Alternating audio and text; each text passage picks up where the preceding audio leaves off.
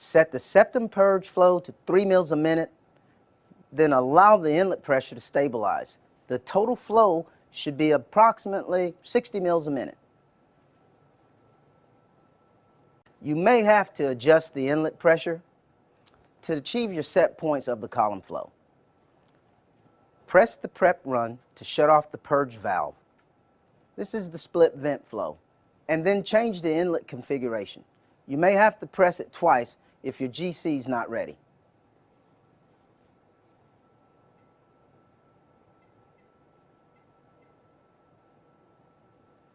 We'll monitor the total flow from the GC display while tightening fittings.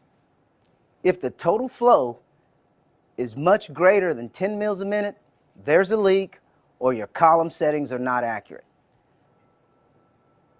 Okay, we have a leak.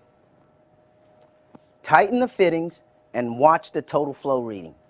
Over-tightening the fittings could also be a problem, so use caution. I'm going to start from the top of the inlet and work down. First, the septum nut.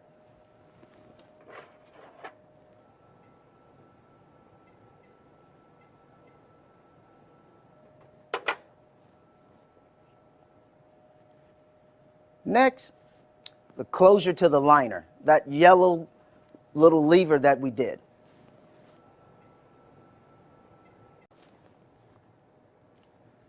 That's not it. Now I'll try the column nut.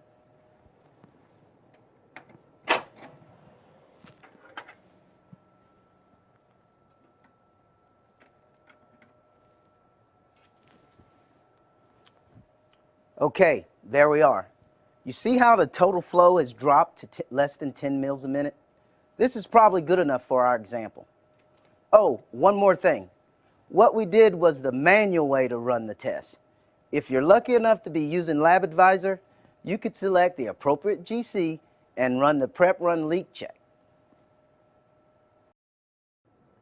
If you see a problem, you'll want to replace the line. Now, of course, there could be other reasons for retention shifts. There could be a large change in your sample concentration, or splitless injection purge time has changed.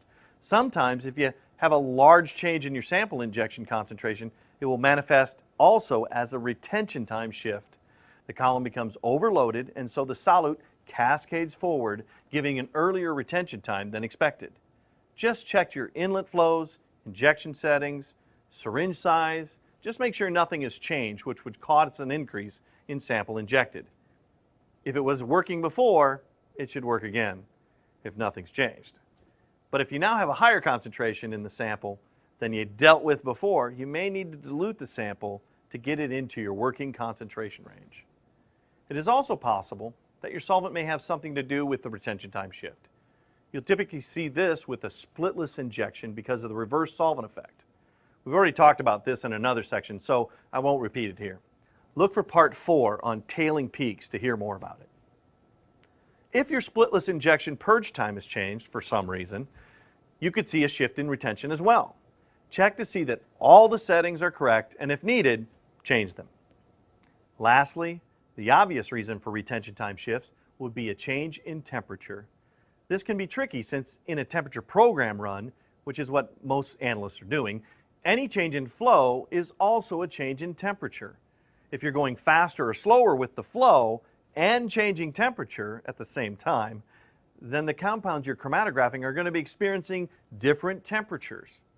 This will definitely affect retention time and could even switch retention order, and nobody wants that. If that happens, we won't know what's coming out when. Make sure you check all the flow and temperature settings against your method documentation to make sure you don't have any errant settings. Starting temperatures, hold times, ramp rates, as well as flow rates can prove to be critical, especially if you have closely eluting peaks or a complex mixture for a sample. Again, injecting a standard or component of known retention is the best way to verify you have the correct flow, if all the other settings are correct. Okay, that about covers it for retention time shifts. To recap, 1. For new column installations, check the exact dimensions of the new column versus the old column, and be sure to enter the right dimensions into your instrument control software. Do a leak test, then check for blockages. Double check the concentration of the sample you prepared and correct if needed. Also, check for solvent compatibility. Check your purge time and make sure it hasn't changed.